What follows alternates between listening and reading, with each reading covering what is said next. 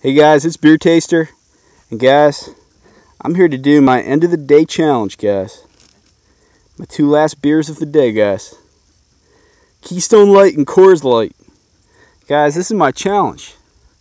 Here I am. Probably used to it looking more like this. Guys, here's my challenge. Keystone Light and Coors Light. Is there really a difference? Right now, we find out. Coors Light and Keystone Light, guys. Time to settle this once and for all. Or maybe once for the first time. What's different, guys? Coors Light and Keystone Light. Guys, they're both made by Coors. They both come in that slimmer, taller can. This is an 8-ounce can of Coors Light. I just bought these because it was cheaper to buy a 12-pack of that than it was a 6-pack of the regular Coors. It's a better value to buy like this, so I just got that. And Keystone Light, guys, which is supposed to be like the cheaper version of Coors Light.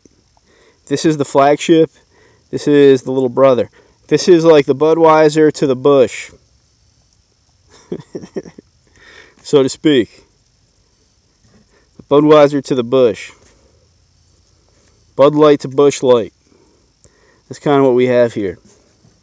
This is the more well-known and more expensive version, guys, the original Coors Light. And then is the cheaper, easy to drink, light version of that, you know, just a little bit cheaper, is Keystone Light. Now look at this, guys. They both come in that, these beers both will come in a taller, skinnier can than you're used to seeing beers come in. They don't come the standard shaped can. They come a little bit skinnier and taller. This is the 12-ounce can, and this is the 8-ounce can. Coors Light comes in this. Keystone Light doesn't, I don't think. But Coors Light also usually comes in these 12-ounce cans, just like this, tall and skinny, but with the Coors Light on it, this color, not the Keystone Light. Now, one thing I do notice a difference, guys, look here. These beers have this extra wide mouth, double vented pour. And see, Keystone is like that too, but look at the difference, guys. Coors Light has two, but the Keystone Light, holy shit, guys, it only has one. Oh man, this is too cheap to put the second one over here, guys. So that's telling you right off the bat. Oh, this is the good version. And this is the one they were fucking cheap with. They didn't even put the second vent over on this side. How's that one vent going to do anything? You need a double vent, guys. So let's see if there's a difference. Coors Light, how does it smell? Guys, I reviewed this once before, but that was after that giant can of Milwaukee Premium and another giant beer. I think Corona Familiar. I just drank 2 giant beers. And by the time I got to Coors Light, I really couldn't give it an objective review anymore. So, let me try to do it now. Coors Light.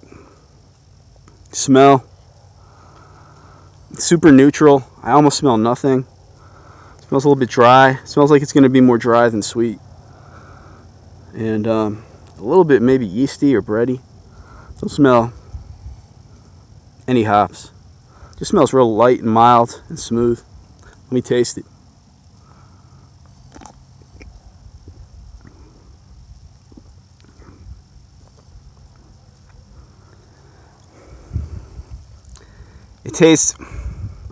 It starts kind of like sweet and bready and grainy, and it ends more dry and sour.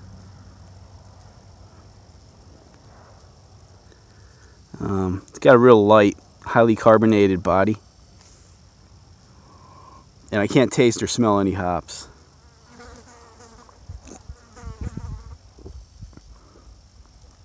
That's Coors Light, guys. I'm not loving it, guys. I'm not loving it.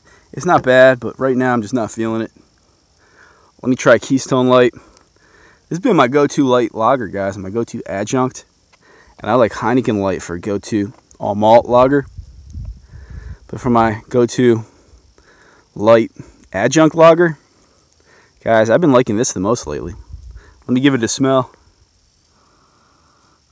It smells just mild and clean. It doesn't smell quite as dry. The Coors had like a dryness to it that this doesn't have.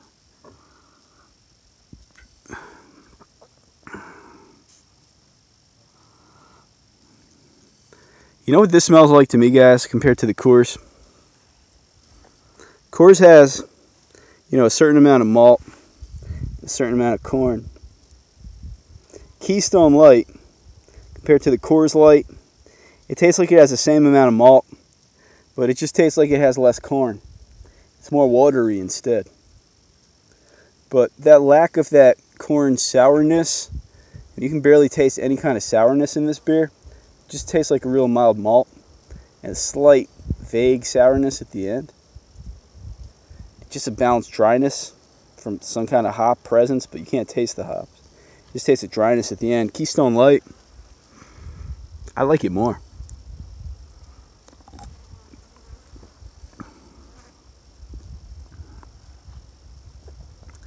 Yeah, this is a little more watery than the Coors Light, but there's less corn in it. This is more just like malt and very little corn, very little hops, and it's watery. But it's smooth. There's nothing harsh about it at all. There's no harsh astringency or bitterness to it. It's just bready and mild and slightly corn breadiness to it. And just a dry, super slightly hoppy, just dry, balanced sort of finish. Keystone Light. Let me try the Coors Light again. So first time I tasted this compared to the Keystone Light, I thought it was more sour. Had like a sourness that the Keystone Light didn't. But otherwise it was very similar. Let me try to taste it again.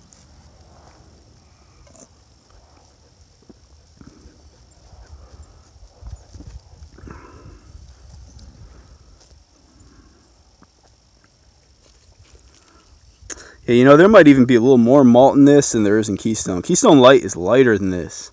This, I taste mild malts, I taste corn, and I taste mild hops. There's more in this beer than there is in the Keystone Light. Keystone Light is more watered down. I don't know, Coors Light tastes better this second time around. I don't know what to think.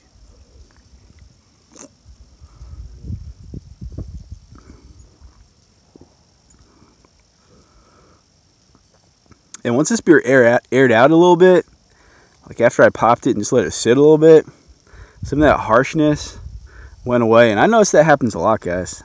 You just open a beer, just let it sit a couple minutes, then you come to drink it, and it's like a lot of that harshness that's first there kind of fizzed off. This beer's tasting nice and smooth and clean. And it's got a little bit more malt and adjunct and hop in it compared to Keystone Light. It's still real light. There's just more going on though. Keystone Light is like a lighter, more watery, more mild, neutral version of Coors Light. But it's so clean and smooth. There's no see, you don't taste the hop, but you don't really taste the corn either. It's just like a mild, crackery malt.